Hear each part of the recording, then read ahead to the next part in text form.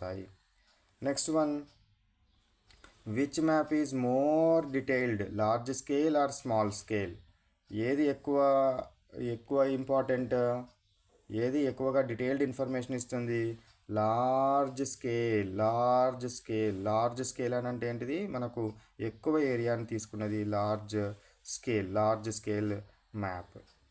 Next, why are maps more useful than globe కంటే maps ఎందుకు useful అంటే, maps are easy to carry and show details of small areas.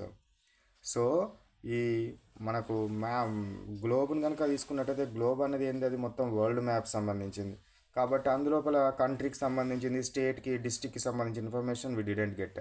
So that's why we use మ్యాప్స్ని మనం use చేస్తారు. ఇవి ఈజీగా carry చేస్తాం, ఒక ప్లేస్ నుంచి ఇంకొక ప్లేస్కి ఈజీగా తీసుకుపోవడం జరుగుతుంది. అదేవిధంగా చిన్న చిన్న ఏరియాస్ యొక్క డీటెయిల్స్ కూడా వి విల్ గెట్. అందుకే మనకు maps are more important than globes are more useful than globes. Next one, why do we need political maps మనకు ఎందుకు యూజ్ అవుతాయి? Political maps to know boundaries of states and locations of cities. So states యొక్క బౌండరీస్ని కానీ లొకేషన్స్ని కానీ చూపెట్టడం కోసము మనకు పొలిటికల్ మ్యాప్ యూజ్ అవ్వడం జరుగుతుంది. పొలిటికల్ మ్యాప్ అంటేనే స్టేట్స్ డిస్ట్రిక్ట్స్ ఇట్లా ఉండి వాటి యొక్క బౌండరీస్ కనుక తోటి ఉన్నట్టయితే that is set to be political map.